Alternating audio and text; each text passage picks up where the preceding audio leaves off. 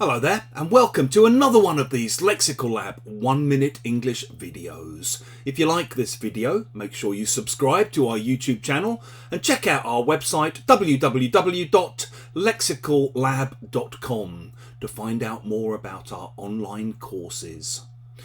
The other day in one of my classes we ended up talking about school reunions. And I was quite shocked to find that a fair few of my students actually go to annual school reunions and basically stay in touch with most of the people they were at school with.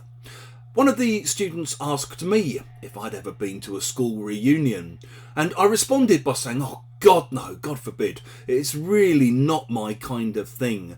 Basically, I've kept in touch with the 3 or 4 people I was really close to when I was a teenager, and everyone else I figure I've lost touch with for a reason.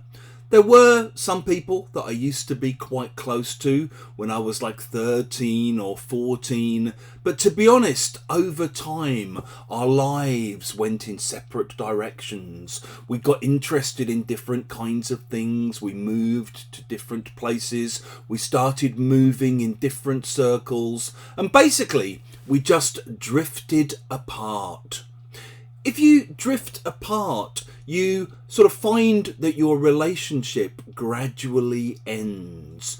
You don't have a big falling out. You don't end up screaming and shouting at each other or anything like that.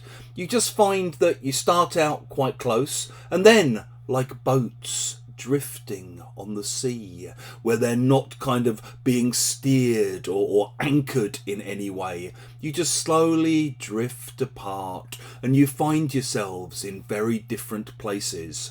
And it can be friends who used to be close who drift apart over time, or it can be couples who drift apart over time.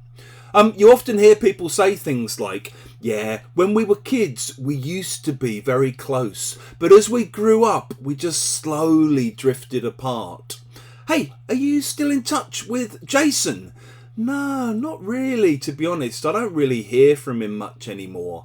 I don't know what really happened, but we just kind of drifted apart over time.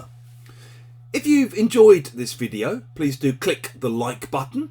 Please do share it with your friends, your students, your colleagues, and in the comment section below. We'd love to see examples of how you might use drift apart.